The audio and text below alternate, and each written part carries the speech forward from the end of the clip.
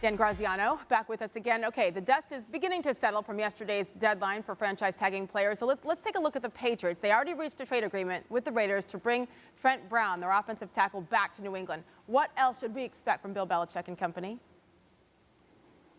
Well, Sage, they need to put together a passing offense, and we know they need a quarterback. How they address that will tell a large part of the story of their offseason. But whoever that quarterback is going to need guys to throw to. This was the 30th ranked passing offense in the league last year. So some of the guys you just listed, you can look at playmaking tight ends like Hunter Henry and Jonnu Smith that can be dynamic options for whoever ends up playing quarterback. Guys who, when they get the ball in their hands, can make plays. You can use them in the red zone.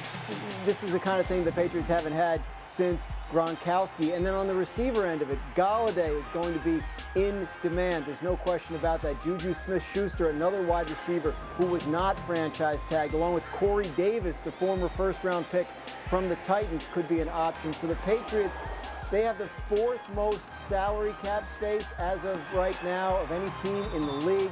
They are in position to spend and rebuild that offense, and I would expect them to target several of these offensive playmaker types to go along with, again, whoever ends up taking snaps from under center for them this year. This is just foreign territory for the New England Patriots. Bill Belichick and company, who are coming off their first losing season since Bill's rookie season as head coach 2001. We'll see. Dan, thank you. Say they've got money, they can use it. Let's bring back Marcus Spears, and it's decision time for Belichick and the Patriots, as you heard Graziano and Sage talking about. So, Spears, which players are you keeping an eye on that could really make a difference for the Patriots right away next season? Well, number one, it's a matter of their opt-outs, Matt, and Dante Hightower.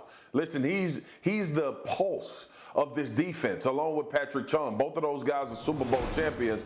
But Hightower in particular, because not only man in the linebacker spot, but he also provides pass rush for the New England Patriots at a very high level. And then when you think about Patrick Chung on the back end, just being an ultimate communicator, they have really good football players on the back end in Gilmore and Jackson, but him coming back will absolutely solidify this defense. And then Garoppolo. Like, if this is going to be a thing, and Jimmy Garoppolo will be approached, or there will be talks between New England and San Francisco on trying to make a decision to get him back to the patch, this is great for Josh McDaniels and Bill Belichick. His familiarity. It's also understanding that we can now run the type of offense that we've grown accustomed to for a long time. And Graz makes great points. They have to add weapons. I think they have to go hard for Galladay or Juju and Hunter Henry and Jonnu Smith and try to get playmakers, get guys that can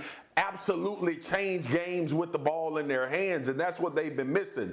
But New England, to me, is not as bad off as everyone thinks they are if they get this quarterback spot fixed, and obviously they're going to address bringing in playmakers. If they don't, then we'll start having a conversation about Belichick's competence as far as his GM role and bringing in talent in a situation that we haven't seen them in a long time. Yeah, I would say that's a great point, pointing out those opt-outs. I don't know that a lot of people realize the amount of talent that decided not to play last year because of the COVID-19 pandemic.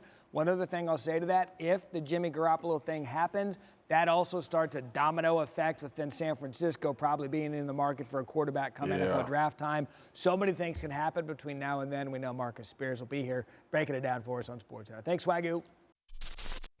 Thanks for watching ESPN on YouTube. For live streaming sports and premium content, subscribe to ESPN+.